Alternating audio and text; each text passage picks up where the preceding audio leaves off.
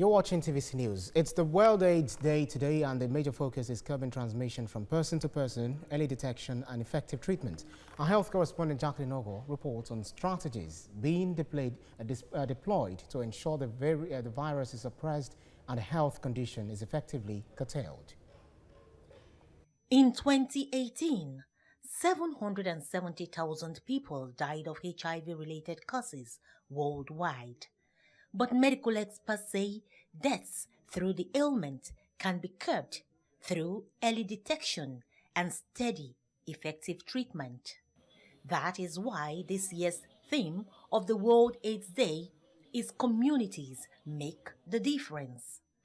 The United Nations believes if primary health care is strengthened and there is proper networking for testing and treatment, the UN's target of universal health coverage by 2030 will be effectively achieved.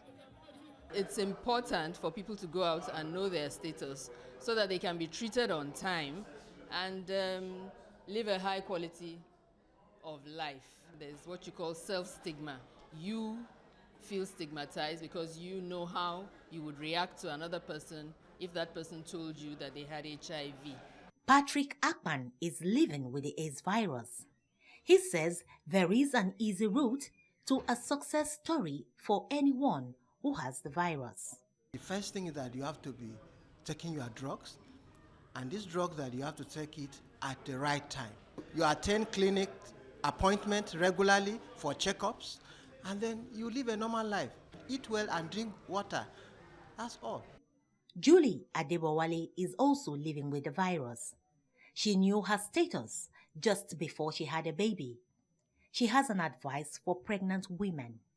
It has now been integrated into all the health centers in Lagos State. So if you come in there, take their test, it's part of it. The HIV test is part of the packages for women. So they take their tests and they know their HIV test status on time. If they know it on time, they could be able to prevent not transmitting the virus to the unborn baby. My viral load has been suppressed to that level that I will not transmit the infection to another person, even to my babies, because that's why I have negative babies. For 14 years, from 2004 to 2018, this country, Nigeria, has only been able to place 750 people, that's 750,000 clients on treatment in 14 years. And so looking at that figure, now they have given us a mandate that we need to add extra 500,000 people on treatment between that time and September 2020. And of course, for Nigeria and for Lagos, there are 7 key states that were flagged by virtue of that NIA's study, and Lagos is one of them. In 2018, 1.7 million people got infected with HIV. At the end of that year, research findings revealed 37.9 million people were living with the AIDS virus worldwide. Also in 2018, 75 million people had died of the virus since the infection was discovered in 1981. The big target is to ensure collaborations and networkings at community levels to create wider awareness about the health condition for quicker solutions to it. Stigmatization is a no-no when it comes to relating with people who have the health condition. Penalty for discrimination, 2 to 3 years. Doctors say showing care and sincere concern for sick people keeps them alive, even stronger than drugs do in many cases.